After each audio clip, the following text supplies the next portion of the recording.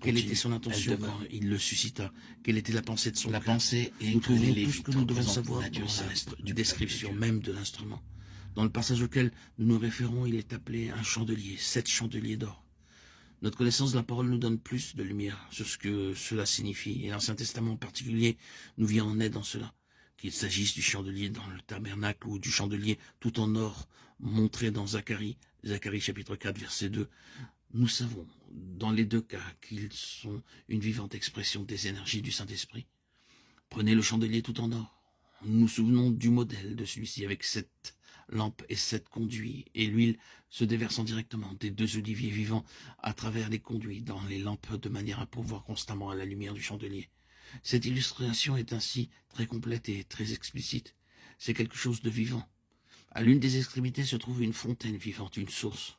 Le prophète ne parle pas de réservoir, de citerne, de quelques récipients fabriqués par l'homme, mais d'arbres vivants et d'huile ainsi fournie continuellement.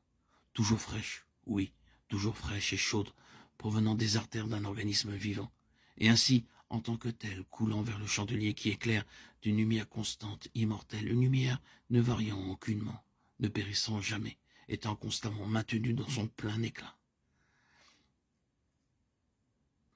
C'est une flamme qui est un témoignage d'une vie infaillible, une lumière qui en témoigne, une lumière d'une vie qui ne meurt pas, d'une vie toute suffisante. Le témoignage d'une vie qui n'est pas une abstraction ou quelque chose qui est emmagasiné, mais bien de quelque chose qui vient à chaque instant d'un fleuve inépuisable, une vie puissante et glorieuse.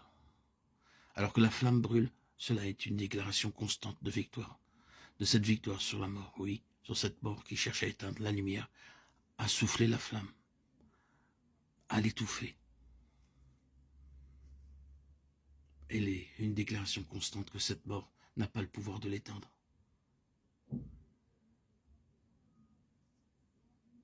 Il y a aujourd'hui la même flamme immortelle de vie divine dans le puissant témoignage de chaque témoin, de chaque vase, de chaque instrument choisi par Dieu contre la puissance de la mort.